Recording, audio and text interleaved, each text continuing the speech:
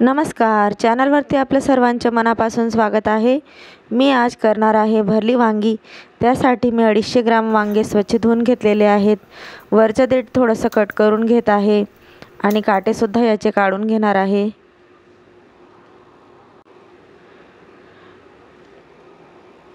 याच प्रकारे इथं सर्व वांगे मी साफ करून घेतलेले आहेत। आता वांग्यात भरण्यासाठी मसाला तयार करून घेत आहे। त्यासाठी तवा गरम करून घेतलेला आहे आणि शेंगदाणे मंद आचेवर मस्त भाजून घेत आहे।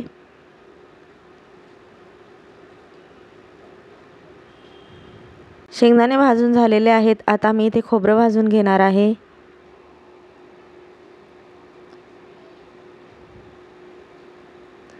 दोन चमचे तीळ घेतलेले आहे। तीळ सुद्धा भाजून घेत आहे। तीळ जास्त वेळ न भाजता लगेच काढून घेणार आहे।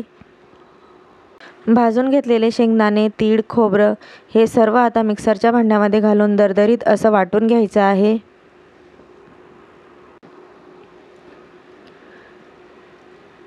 नंतर इथे एक आल्याचा तुकडा, 12 ते 15 लसूण पाकळ्या, 3 हिरव्या मिरच्या, 1.5 चमचा इथे लाल तिखट घालत आहे।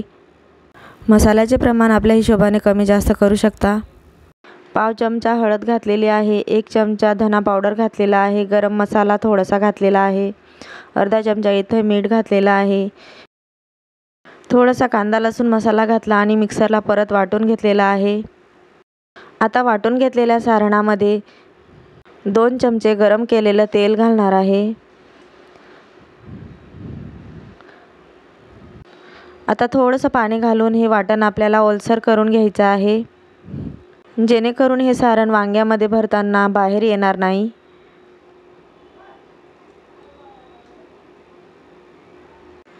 अशा प्रकारे इथं व्यवस्थित हे सारण ओलसर करून घेतलेलं आहे। सारण इथे तयार आहे। आता वांगे कट करून घेत आहे। याप्रमाणे इथं आपल्याला कट करून घ्यायचे आहेत वांगे। वांगे कट झाल्यानंतर इथे मीठ लावून घ्यायचं आहे।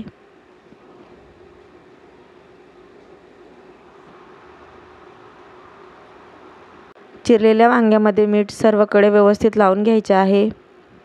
आता वाटलेला मसाला आपल्याला वांग्यात भरून घ्यायचा आहे।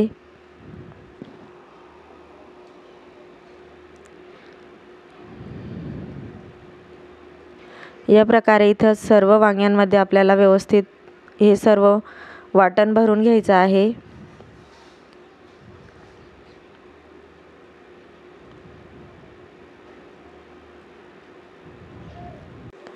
गॅसवर कढई तापून घेतलेली आहे। 2 पड्या इथं तेल घालत आहे।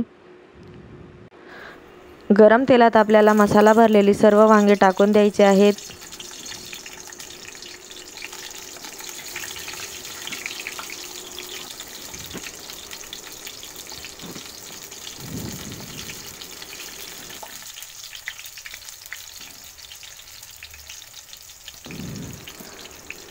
सर्व वांगे कढईमध्ये टाकून झालेले आहेत। उरलेला जो मसाला आहे तो वरून आपण टाकून देणार आहोत।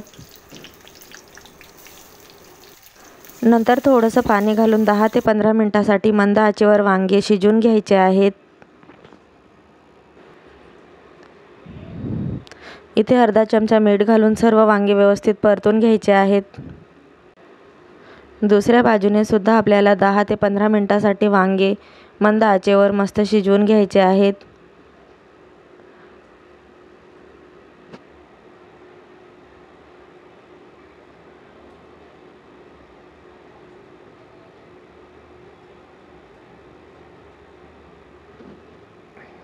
सर्व वांगे इथे पलटून घेतलेले आहेत। 15 मिनिटांसाठी परत झाकण ठेवून आपण शिजवून घेणार आहोत। व्हिडिओला लाईक, शेअर, कमेंट आणि चॅनलला सबस्क्राईब नक्कीच करा। वांग्याची भाजी इथं तयार आहे। थोडीशी कोथिंबीर घालायची आहे। तयार आहे भरली वांग्याची भाजी। धन्यवाद।